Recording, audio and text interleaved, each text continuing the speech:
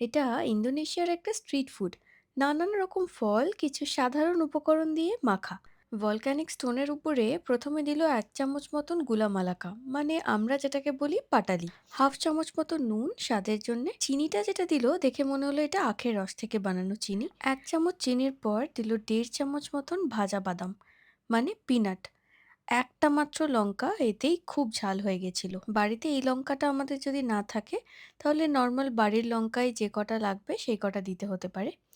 এরপর ওই ভলক্যানিক স্টোনের উপরে খুব ভালো করে ওটাকে ঘষে ঘষে মেখে নিয়েছে। বেটে নেওয়ার জন্য খুব সামান্য একটু জল দিয়েছে। গুড় আর চিনি খুব ভালো করে মিশে গেলে এর মধ্যে নানান রকমের ফল ওখানে যা যা রয়েছে সেগুলোকে ছোট ছোট করে পিস করে দিয়ে দেবে। বালিতে আমরা যে কয়দিন রয়েছি এটা আমরা প্রথমবার খেলাম যেদিন আমরা তানহালট গিয়েছিলাম। ওখানে সমুদ্রের ধারে এটা পাওয়া যাচ্ছিল। ওই মাখাটার উপরে প্রথমে দিল কাঁচা আম, লাল রঙের যে জামরুল পাওয়া যায় ওই জামরুল, নাশপাতি, পেঁপে, পেয়ারা, কামরাঙা, আনারস।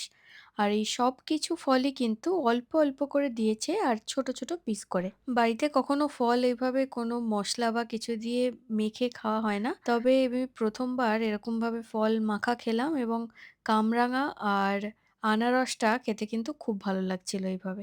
অন্য ফলগুলো যে খারাপ লাগছিল সেটা বলব না, কিন্তু ওই দুটো সবথেকে ভালো লেগেছে। এবার ওই ফলের সাথে মেখে রাখা ওই মসলাটাকে খুব ভালো করে মেশালো। আর কিচ্ছু দেয়নি, যেহেতু ওখানে তেঁতুল জল ছিল যেটা আমরা দিতে বারণ করেছিলাম। মেখে নেওয়া ফলটা একটা বাটির মধ্যে করে দিয়ে কয়েকটা টুথপিক দিয়ে আমাদের দিয়ে দিয়েছে। ইন্দোনেশিয়ান টাকায় এটার দাম ছিল 20,000 রুপিয়া, মানে আমাদের দেশের টাকায় 107-8 টাকা মতো। সিঙ্গাপুরে যে রোজাক পাওয়া যায় সেটা মালয়েশিয়ান স্টাইলে বানানো। তাতে ফলের সাথে থাকে কিছু ডিপ ফ্রাইড তোফু, ছোট চিংড়ির পেস্ট, চিনি, লেবু, লঙ্কা এইসব।